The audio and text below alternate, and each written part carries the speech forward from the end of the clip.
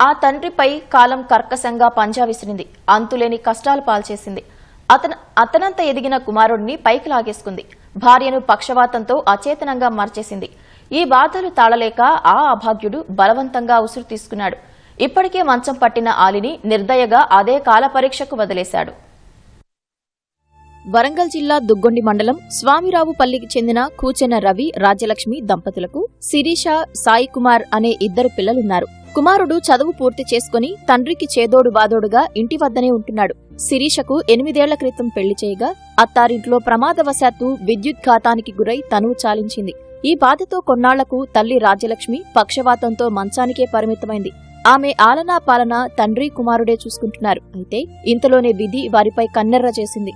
కుమారుడు సాయి ఈ నెల 16న స్నేహితుని వివాహానికి వెళ్లి తిరిగొస్తున్న క్రమంలో బైక్ ప్రమాదానికి గురయ్యాడు. 4 రోజుల పాటు వరంగల్ ఎంజీఎంలో మృత్యువుతో పోరాడి 19వ తేదీన ప్రాణాలు విడిచాడు.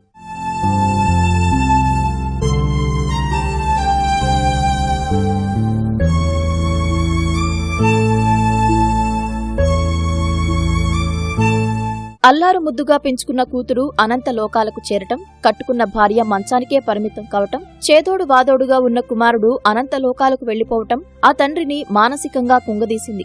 ఈ క్రమంలో 20వ తారీఖున కుమారుని మృతదేహానికి పంచనామా చేసిన అనంతరం తండ్రి పురుగుల మందు తాగి ఆత్మహత్యకు యత్నించాడు.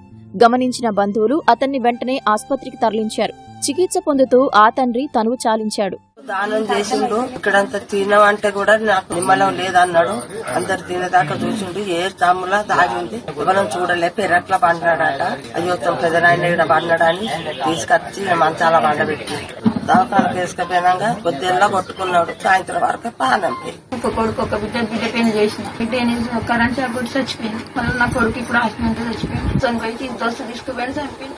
తను వచ్చి నా కొడుకు పోయినాక దానం చేసి వచ్చింది. నా కొడుకు పోయినాక నేను ఎందుకని మాకు ఎవరో చెప్పకుండా పోయింది అందరూ. నా పరిస్థితి వాళ్ళే చూడాలి. నాకు 2 కాళ్ళు నడవచ్చు. తనకు 2 పిల్లలు, ఒక కూతురు కొడుకు. కూతురు మ్యారేజ్ చేసిండు. కరెంట్ షాక్ తో చనిపోయింది.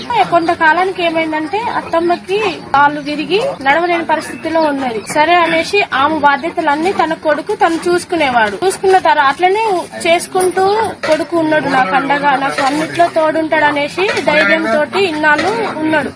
ఈ అబ్బాయికి యాక్సిడెంట్ అయింది, ఇక్కడ పడిపోయి ఉన్నాడు.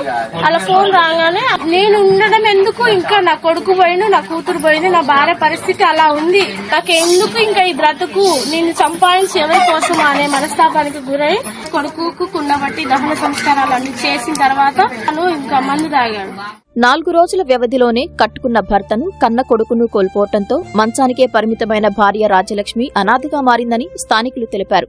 కూలీ నాలీ చేసుకుంటూ కుటుంబాన్ని లాక్కొచ్చిన కుటుంబ పెద్ద మరణం తీరని లోటని జిల్లా న్యాయ సేవా కౌన్సిల్ సభ్యుడు సురేష్ అన్నారు. పక్షవాతంతో మంచం పట్టిన రాజ్యలక్ష్మికి మెరుగైన వైద్యం అందిస్తామని పేర్కొన్నారు. నిజంగా చూస్తే వాళ్ళ పరిస్థితి చూస్తే దయాదీనంగా ఉన్నది. మంచానికే పరిమితం అయ్యింది. ఆమెను ఎవరు చూసుకునే పరిస్థితి లేదు అనే విషయం జిల్లా న్యాయ సేవా సంస్థకి నోటీసులకు రావడం వలన మేము ఈమెకు ఏ విషయంలో అయినా కూడా మా జిల్లా న్యాయ సేవా సంస్థ ముందుండి ఆమెకు కావాల్సిన వైద్య సదుపాయాలే కావచ్చు పెట్టిచ్చేసి ఆమె బాగోగులన్నీ కూడా మా జిల్లా న్యాయ సేవా సంస్థ చూసుకుంటుందని చెప్పేసి మా జిల్లా న్యాయ సేవా సంస్థ నుంచి మేము హామీ ఇస్తున్నాము. ఆయన వాళ్లందరినీ కోల్పోయిన రాజ్యలక్ష్మిని ప్రభుత్వమే ఆదుకోవాలని స్థానికులు కోరుతున్నారు.